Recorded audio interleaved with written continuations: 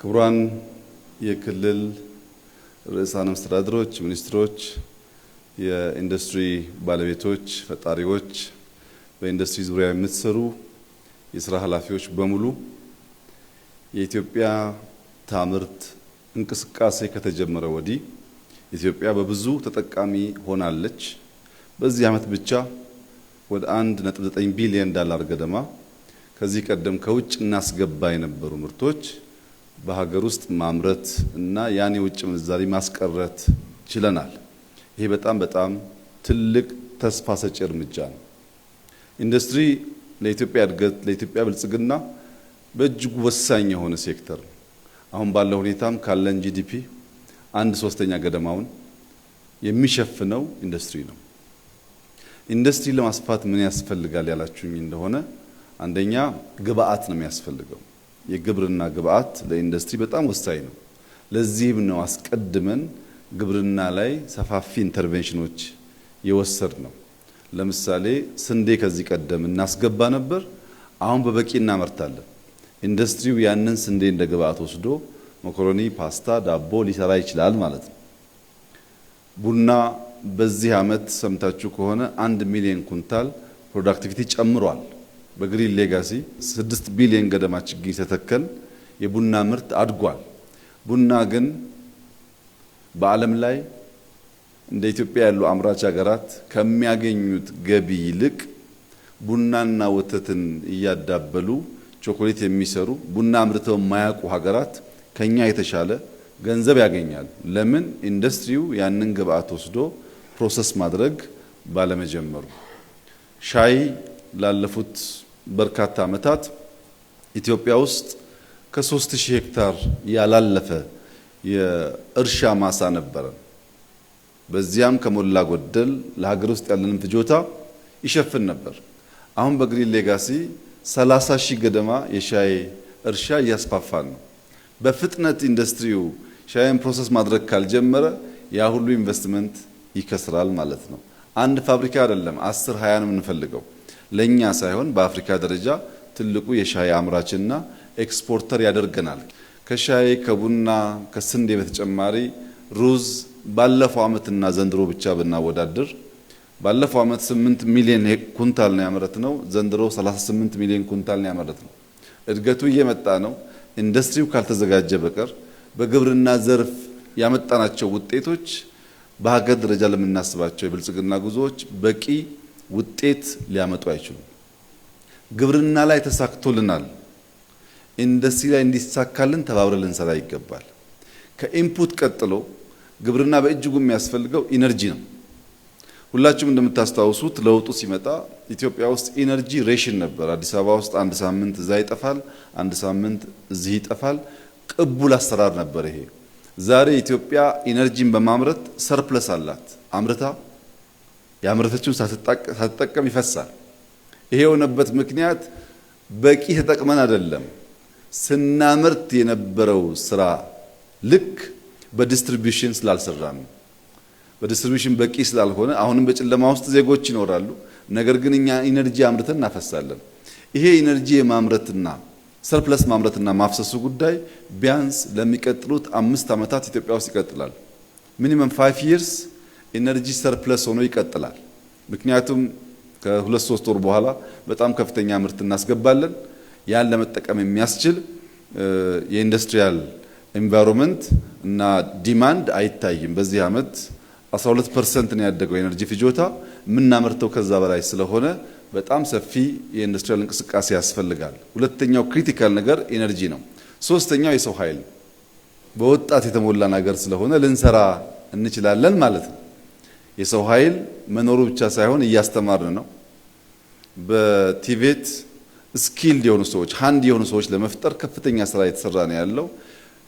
ኢንዱስትሪን ፈጥሮ የሰው ኃይል በሚመለከት ከሌላ ሀገር ላምጣ ብሎ የሚቸገር ኢንዱስትሪ ኢትዮጵያ ውስጥ የለም። ሶስተኛው ግብአትም በጣም አስፈላጊው ግብአት ኢትዮጵያ አላት።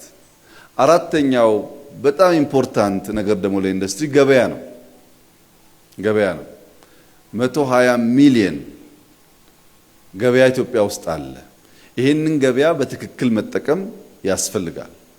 ሌላ ስድስተኛ ሰባተኛ ሊባል የሚችል ምክንያት ቢኖርም ከኛ አንፃር በጣም ቁልፉ ጉዳይ ግን በፖሊሲ፣ በአሰራር፣ በፋይናንስ አቅርቦት መንግስት ሊወስዳቸው የሚገቡ እርምጃዎችም ለኢንዱስትሪ ወሳኝ ናቸው። ከዚህ አንፃር ከህግና ፖሊሲ አንፃር የተደረጉ ሪፎርሞች በጣም ሰፋፊ ናቸው። በፋይናንሻል ሴክተር 50-60% የሚሆን ስራ ሰርተናል። የቀረውን ባጠረ ጊዜ ውስጥ አጠናቀን ፋይናንሱም ኢንዱስትሪው ማገዝ ወደሚችልበት ደረጃ ይሸጋገራል። ይሄ ሁሉ በርካታ ዜና ሲመጣ ኢንዱስትሪያል መዘጋጀት ይኖርባችኋል።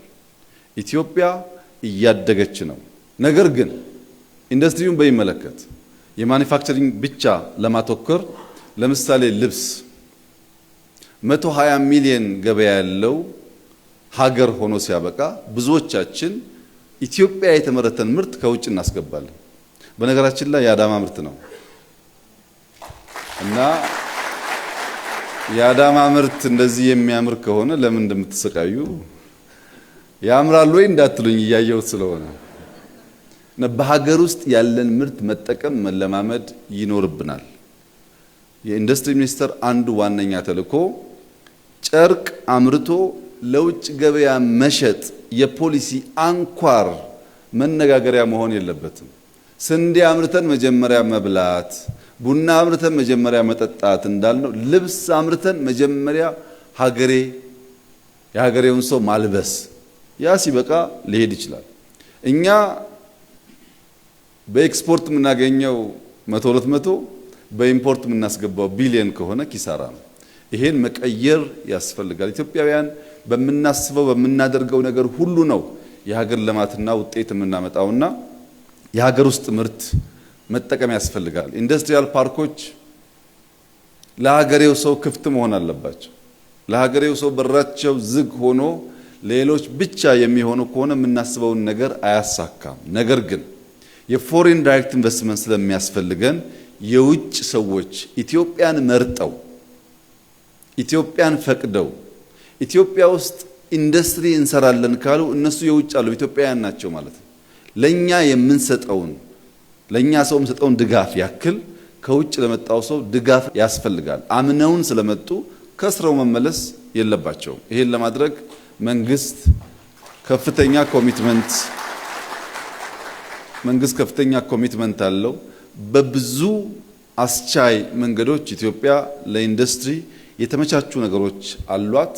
በጀመርነው ኢትዮጵያ ታምርት እንቅስቃሴም ከፍተኛ ውጤት እያመጣን ነው።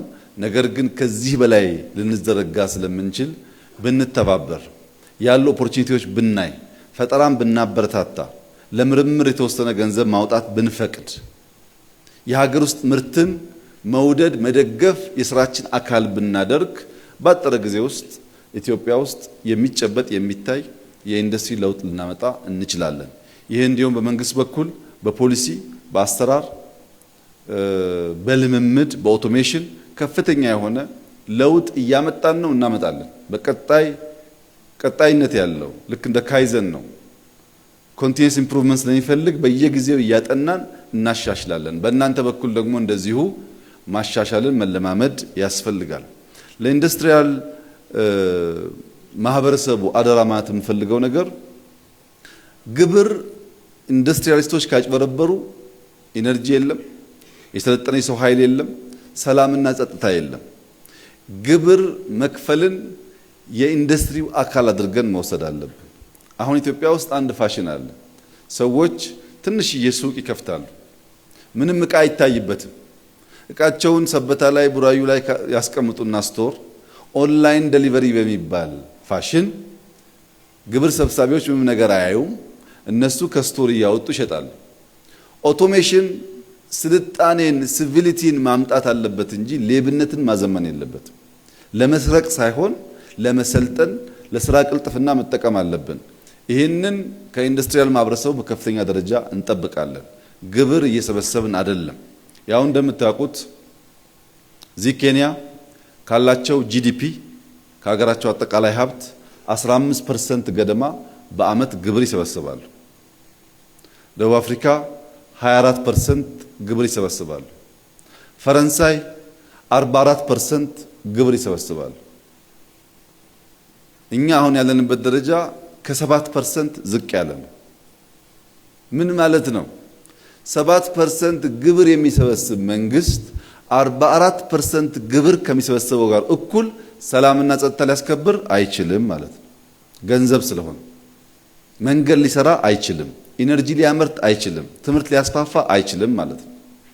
አሁን ባለን አጠቃላይ የሀገር ሀብት ቢያንስ 1 ትሪሊየን ብር በአመት መንግስት ቢሰበስብ 10% ገደማ ከኬንያ በ5% ያነሰ ማለት ነው።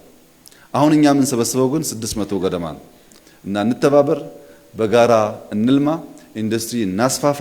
በጣም የሚያስደንቁ ህፃናት አሉ፣ ቅድም የጎበኘኋቸው በጣም የሚያስደንቁ ብዙ ፋብሪካ የሚሰሩ። በነገራችን ላይ 10-15 ፋብሪካ ሰርተው የሸጡ ኢትዮጵያውያን ወጣቶች ኢንዱስትሪያል ፓርክ ውስጥ የቦታ ክራይ ውድ ስለሆነ መግባት አትችሉም ተብሏል። በዚህ ደረጃ አሳዛኝ ስራዎችን እንሰራለን። ይሄንኛ ማሻሻል አለብን። እናንተ ደግሞ ግብር መክፈል አለባችሁ። ተባብረን ኢትዮጵያን እናበለጽጋለን። ከስጋት ነፃ የሆነች ሰላም የሰፈነባት አንድነቷ የተረጋገጠ ሟርተኞች እንደሚያወሩባት ሳይሆን በተግባር የሚታይ የሚጨበጥ ብልጽግና ያለባት ሀገር እንፈጥራለን። አመሰግናለሁ።